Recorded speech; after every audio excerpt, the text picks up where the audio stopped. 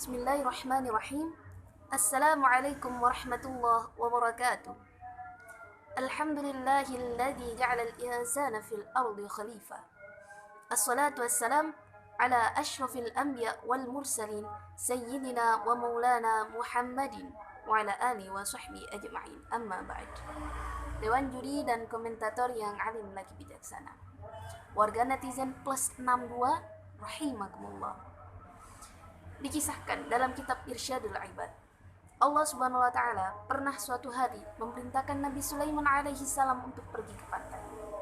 Bukan untuk traveling, tapi di sana Allah telah menyiapkan pemandangan yang luar biasa untuk beliau.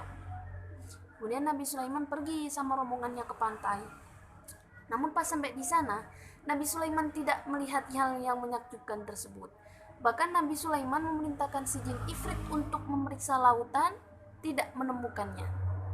Tapi Nabi Sulaiman tak kunjung putus asa. Beliau akhirnya memintakan Asif Bakhriyah untuk berdoa kepada Allah agar diberitahu apa hal yang menakjubkan tersebut. Tahu siapa Asif Bakhriyah? Yang tahu komen di bawah ya. Oke, setelah doa selesai dipanjatkan, tiba-tiba muncul dari dasar laut sebuah kubah yang sangat indah.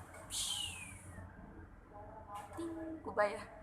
Nah, kubah ini tuh memiliki 4 buah pintu yang terbuat dari batuan-batuan mulia. Ternyata di dalamnya ada seorang hamba yang sedang sholat. Singkat cerita, Nabi Sulaiman alaihissalam pun bertanya kepada hamba tersebut, "Wahai pemuda, apa asbabnya kamu berada di sini?"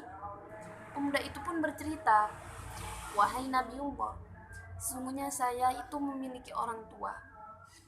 Ibu saya merupakan seorang yang buta, dan ayah saya seorang yang pincang, lumpuh. Maka saya merawat mereka dengan penuh kasih sayang dengan sangat baik hingga 70 tahun lamanya.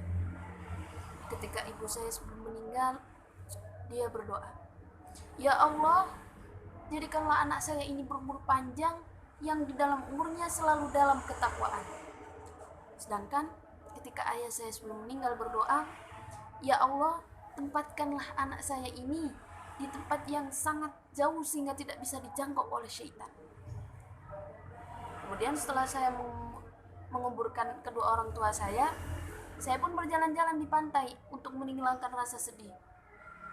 Tiba-tiba saya melihat kubah ini begitu cemerlang, hingga saya sangat-sangat kepo ya, ingin tahu gitu. Akhirnya saya pun masuk. Ketika saya masuk, tiba-tiba ada malaikat yang membawa kubah ini masuk ke dalam laut, sedangkan saya masih berada di dalamnya. Kemudian Nabi Sulaiman alaihissalam pun bertanya lagi, 'Pada zaman siapa kamu jalan-jalan di pantai itu, wahai pemuda?' Pemuda itu pun menjawab, 'Pada zaman Nabi Ibrahim alaihissalam.' Nabi Sulaiman pun sangat-sangat terkejut karena jarak antara Nabi Sulaiman dan Nabi Ibrahim itu 2400 tahun lamanya. Sedangkan pemuda ini masih sangat-sangat terlihat muda, tidak ada uban satupun di kepalanya. Subhanallah, ternyata Allah mengabulkan doa dari kedua orang tua pemuda tersebut dengan cara yang sangat maksimal. Maka dari itu, apakah kita masih berani untuk menyakiti perasaan apalagi fisik dari orang tua kita? Karena bisa jadi itu akan menimbulkan laknat doa yang sangat buruk untuk kita, yang bisa jadi itu akan sangat diijabah oleh Allah. Ingat, Rasulullah SAW bersabda, "Ridallahi fi ridul walidain, wa sukhtullahi fi sukhtul walidain." Ridha Allah terletak pada ridha orang tua, sedangkan murka Allah terletak pada murka orang tua. Hadis riwayat Tirmizi.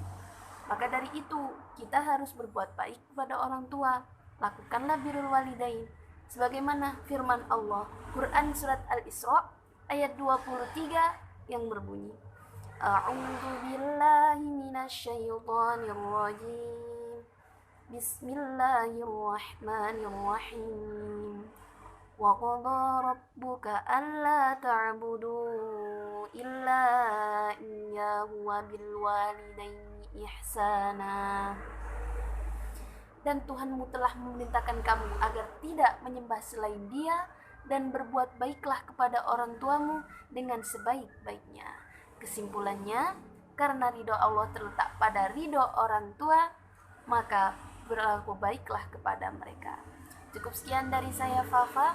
Mohon maaf apabila ada salah kata. Wa khairan, thumma assalamualaikum warahmatullahi wabarakatuh.